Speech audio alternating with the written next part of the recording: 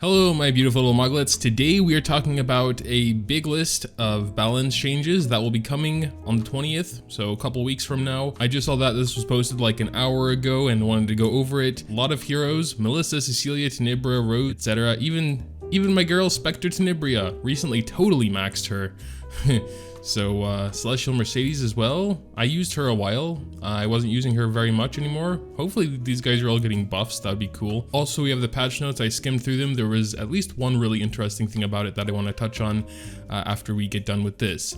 So let's start with RGB 5 stars, specifically Melissa. She was kind of a sad story. I didn't like her too much, but let's see what happens. I'm pretty sure this is her second skill, which does look like it's getting a buff. Skill cooldown is reset when the enemy is defeated. I wouldn't say it's really enough for me to really use her, because maybe like Golem and Arena, perhaps she'd be good, but like cooldown reset when an enemy is defeated isn't going to be that useful in Golem, and only really in longer fights for Arena. But we got Blood Bloom as well. Still, unfortunately, Elite or boss monsters can't be cursed, but it will dispel all buffs from the enemy now before attacking. And yeah, everything else is the same. Extra turn on a critical. You know, that actually doesn't sound bad at all. I mean, I guess if you could get her to do a ton of damage, you know, she gets immortality when she uses manifestation.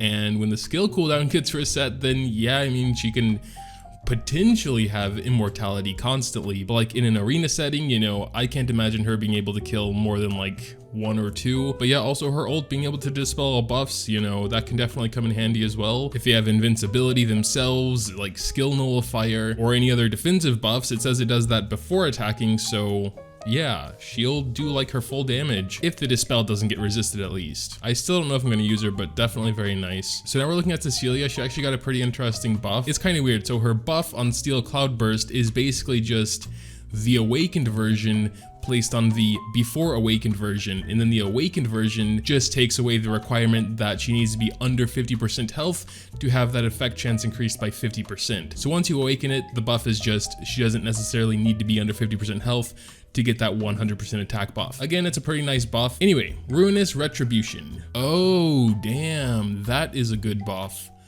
So everything is the same as before, but she'll also grant immunity to all allies for 2 turns, in addition to the up to 100% chance to provoke and a barrier to herself for 2 turns. That really is a significant buff. Overall, I think her Steel Cloudburst, I mean, it got better, but I don't know, it's still not that interesting personally. Moving on to normal Fire Tenebria. Dark Explosion basically just got a percentage bump from 40 to 50% and now to 60 to 70% to put them asleep. 20% buff is definitely nice, and in turn that means she has a much higher chance to increase that combat readiness by 50% as well. So a good buff there. And with Nightmare, I'm not really sure what happened. It says chance each here instead of just chance. I'm gonna actually go into the game and check that real quick. Oh well. Well, we can check Epic 7X and we can see that she just has a lower chance to put them asleep for a turn, but basically the sleep debuff will just be bumped up to the same as decreased defense.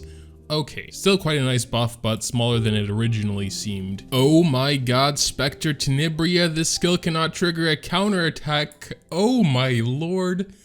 Attacks 2 enemies when Endless Nightmare is on cooldown. Oh. Dude, that's awesome. No counterattacks and attacks 2 enemies.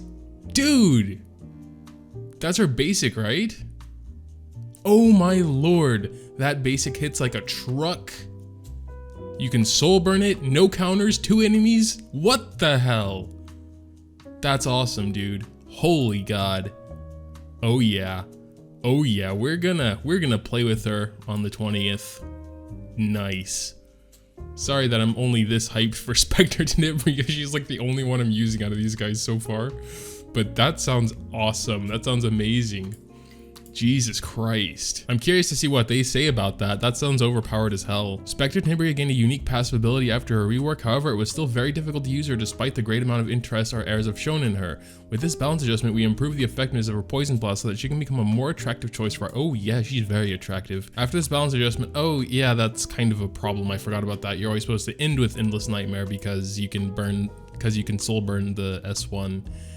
Even so, like, I'm trying to think of a way to get Endless Nightmare on cooldown and then have her take another turn. I mean, Endless Nightmare will decrease their combat readiness by 50% if you can one-shot someone with it, so that might help if you have like a combat readiness pusher really close by. We'll have to definitely mess with it, but it doesn't look like Endless Nightmare needs to be on cooldown for it to not trigger a counterattack.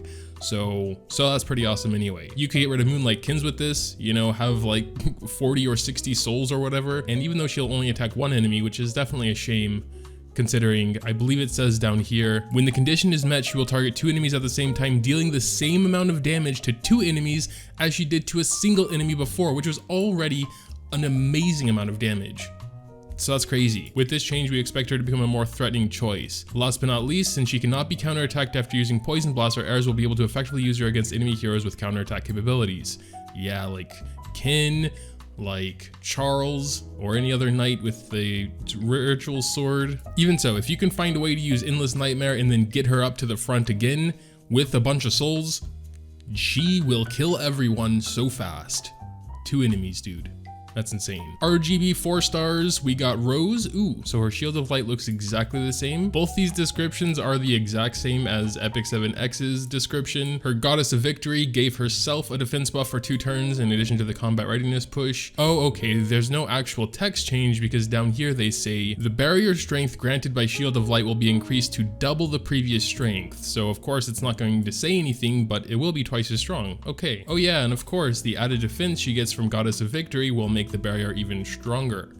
Alright, that's really a nice buff actually. Then we got Clarissa. Rage cannot be dispelled once she is enraged. Oh, and the condition that she needed to be enraged to inflict 2 bleeding is no longer there. It's just she will with Hysteric.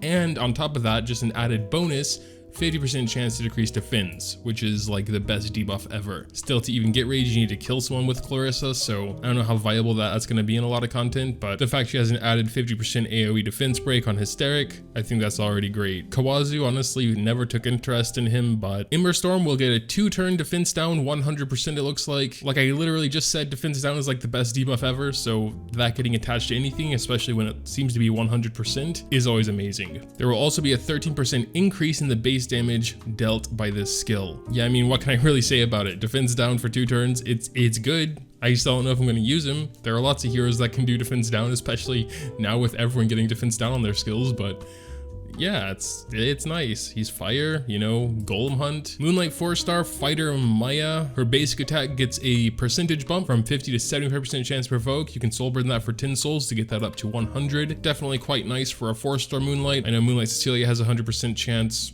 without soul burn, but still Fighter Maya is a 4-star, you know, pretty good. Oh, and finishing attack will give herself an extra turn if the enemy is defeated, but now you cannot soul burn this because we have the soul burn up here on Strike of Provocation. Would have been nice if they bumped that 30% up to like 50%, because 300% more damage would like guarantee a kill.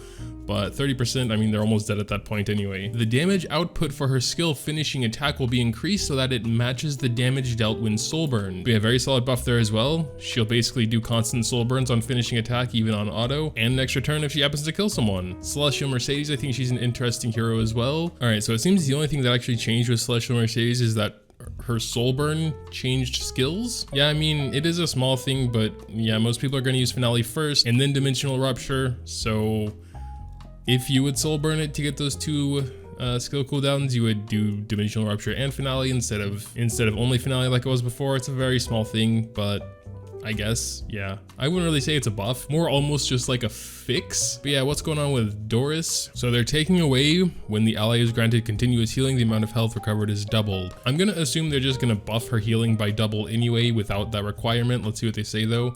Doris's improvement will be focused on reducing the conditions required for healing as well as her ability to heal allies. Having a continuous healing buff active was the condition for increasing the amount of health recovered when Doris used like her, and this condition will be deleted, and Doris will instead only heal the increased amount. Okay, that's what I thought. So it looks like now she'll heal 50% of max health. Just one ally, but half of total max health is quite a lot actually. And finally for the heroes, we got Requiem Roar. She got a buff to her Blood Feast on the enemy death section. So all allies will recover 20% health instead of 15%. And her own combat readiness will be increased by 10% when an enemy dies as well. Again, it's a small buff. It's a little niche, restricted to content where there's going to be a lot of dead enemies. But actually if that is 20% of max health, that is pretty significant just as a passive. So now on to artifact buffs. Holy Sacrifice is basically just granting a barrier to yourself once you revive. So that's nice and all. Will be extremely annoying to fight knights with holy sacrifices. Then again, knights are typically the last to die in my experience, so If they're the only ones left, they're not going to be able to do that much anyway, even if they can survive to get another turn in. But also, if a knight has the revive buff, that'll be triggered first before the Holy Sacrifice buff, so they can potentially be revived twice, once with a buff and then once with Holy Sacrifice. Before, it kind of triggered them both at the same time. Shimadra's staff is also getting a buff, increasing effect resistance of all allies by 20%. This will stack with other effect resistance, like the buff that new water healer gives. What's her name? But it won't stack with other Shimadra staffs. But yeah, everything else is the same. But yeah, pretty nice buff, honestly. 20% effect resistance can be pretty useful in Arena, especially if you already have some decently high effect resistance units. Uburius' Tooth will no longer need a critical hit to get that extra damage, but more importantly than that, thus we will reduce the requirements for activation and increase damage by 50%. That's the important stuff. So Uburius' Tooth is just going to do more on that extra damage, which is cool, and you don't necessarily need a critical hit, even though, you know, most guys that have that equipped should have 100% critical chance anyway. Oh yeah, Dignus Orb. I don't think I've ever used that before. Maybe it gets better. So yeah, when you use a non-attack skill, you get a barrier, but now it'll also increase the damage of the next attack by 15%. Which definitely makes it way more interesting for someone like Luluka. Probably not really for PvP since you're not going to use her barrier stuff first, but for PvE, yeah. And then we have a Charlotte remake preview. Charlotte was previously designed to be a bruiser hero, one that should be effective in long-term battles that require many turns. Therefore, we designed the focus mechanism so that Charlotte can deal a significant amount of damage through the use of her skill Vortex. In practical situations where Charlotte is used, there were issues such as 1. Ground Slam, a skill where Charlotte can gain combat readiness and focus, had too many variables to be taken into consideration, and 2. Constraints for stacking focus being too difficult to be satisfied. These issues made her only viable in long-term battles. We found out that Charlotte has structural issues which cannot be solved via buffs. Therefore, we plan to rework all 3 skills that Charlotte possesses. The details of a remake can be seen below, so basically a completely new hero. So she'll be getting Fighting Spirit instead of Focus. So yeah, Dual Swords is basically just completely changed. She'll now have up to 50% chance to decrease attack for a turn, and if she's buffed, this attack turns to AoE, and it'll increase her combat readiness by 20%. Before it did different things depending on the enemy's health. It would increase her attack if the enemy was above 50, and a 50% chance to decrease their defense if they were below 50. I actually like the new one more, even though it's still kind of underwhelming, just because I never like to think about their healths. We also have a passive, Will of Swamp. It looks like this will no longer be the Awakened skill. Okay, here, when she is attacked, she'll get increased attack and defense. Okay, that's literally all that has to happen, is that she gets attacked and she gets attack and defense buff. And I guess if she's counter-attacked, she'll get 20 Fighting Spirit instead of 10. Before, her skill was not a passive, it was an AoE stun, pretty low chance, 35%, but she also got 30% combat readiness for each stun. So assuming 1 or 2 stuns, you know, pretty nice chunk of combat readiness there. Again, I kind of like her passive more. Attack and defense buff, up to 20 Fighting Spirit just for getting attacked, based on Molagoras down here. And then finally, Vortex, which it looks like you need 100 Fighting Spirit to activate. The Awakened version cuts all enemies while spinning with a 75% chance to make them unhealable for 2 turns. A successful attack always results in a critical hit, so assuming it doesn't miss, I guess. Well, the soul burn is pretty interesting. So if you're able to get those 100 Fighting Spirit and you soul burn it, then you get an additional 100 Fighting Spirit, meaning you can use it directly after since there is no cooldown. So at least while manually playing, she can be a pretty solid AoE damage dealer, I would say. You basically won't need to build her with crit chance, just make sure you have a lot of souls with you, and she can do this like almost constantly. I just wonder how long it'll take to actually get that 100 Fighting Spirit. She can get 20 from her basic and up to 20 every time she's attacked, so potentially pretty quick, honestly. They do say the damage will be reduced by 34.4% on her ult, but I'm pretty sure that went up pretty damn high, like it had a massive multiplier. Of course, that was depending on focus. So I'm hoping they're reducing the damage like from max focus, because that was an insane multiplier.